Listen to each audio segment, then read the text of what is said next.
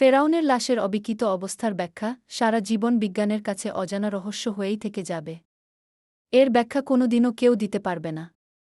১৯৮১ সালে তৎকালীন ফরাসি প্রেসিডেন্ট ফ্রাঁসোয়া মিতেরা মমি করে রাখা ফেরাউনের লাশ পরীক্ষা-নিরীক্ষা এবং গবেষণার জন্য ফ্রান্সে পাঠাতে মিশর সরকারের কাছে অনুরোধ করে। ফেরাউনের লাশবাহী বিমান যখন ফ্রান্সের মাটিতে অবতরণ করে, তখন দেশটির সরকার প্রধান এবং মন্ত্রিপরিষদসহ অনেক উচ্চপদস্থ কর্মকর্তা লাশটিকে সংবর্ধনা জানাতে বিমানবন্দরে উপস্থিত হন। মনে হচ্ছিল যেন ফেরাউন এখনও জীবিত রয়েছেন এবং তিনি ফ্রান্সের প্রকৃত শাসক। অভ্যর্থনা অনুষ্ঠানের পর ফিরাউনের লাশ ফ্রান্সের একটি বিশেষ সংরক্ষণাগারে নিয়ে যাওয়া হয়। দেশটির সেরা শল্যবিদ বা সার্জন এবং লাশ পরীক্ষায় বিশেষজ্ঞ গবেষক এছাড়াও প্রত্নতাত্ত্বিকদেরকে সেখানে জড়ো করা হয়।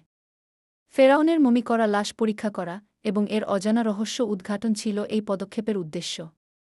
ফেরাউনের লাশ সংক্রান্ত গবেষণার প্রধান ছিলেন ড. Morris Bucaille.